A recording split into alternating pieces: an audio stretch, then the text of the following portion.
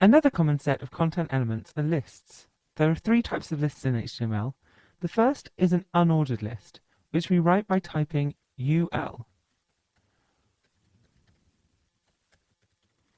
The unordered list has another element directly inside it, a list item. We type that with LI.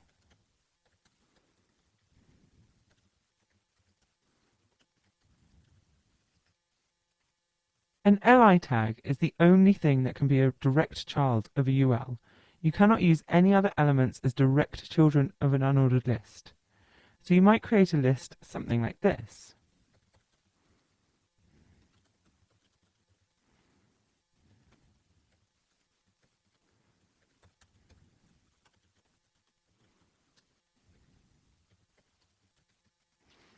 The LIs, though, can have content elements inside them. So it's only the UL that needs to have an LI as a direct child. So for instance, the LI could contain a span element. Notice how the browser adds bullets to our list because it knows it's a list. The second type of list is an ordered list. We type it exactly like an unordered list, except we write OL instead of UL. Again, the direct children of an OL are list items, LIs.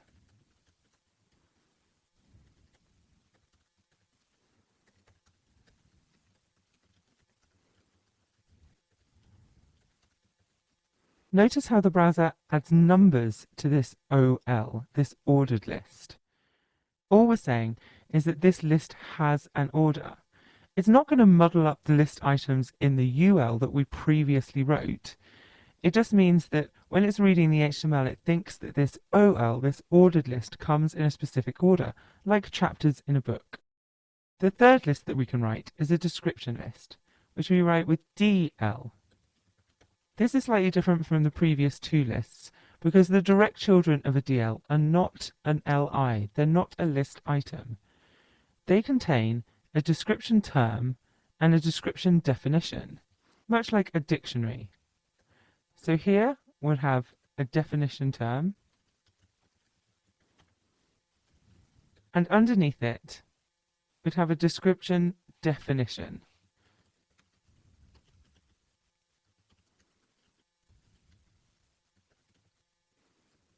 Just like words in a dictionary, the term that we're describing might have more than one definition, so we could add two DD elements here if we wanted to.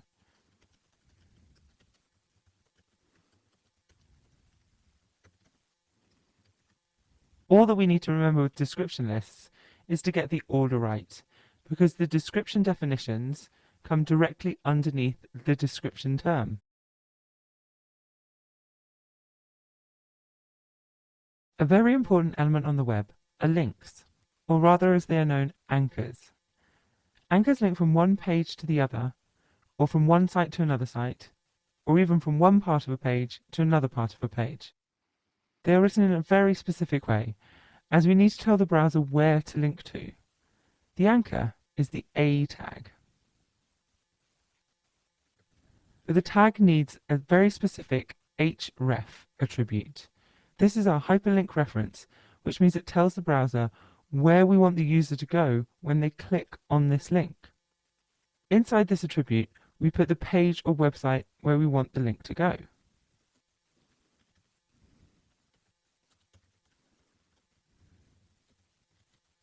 We still need to write the text for the link in between our opening and closing anchor tags.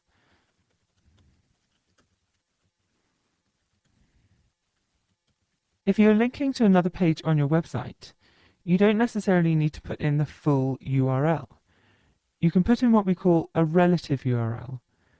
This means it will link from where we are at the moment.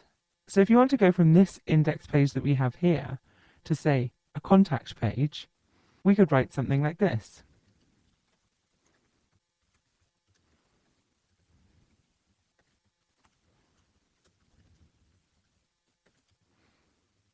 And as long as there's an HTML file called contact.html, the link can go to that file.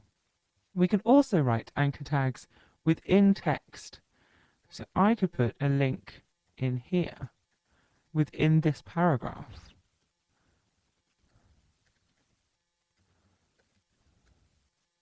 Another thing that we can do is we can link from one area of this page to another area of this page.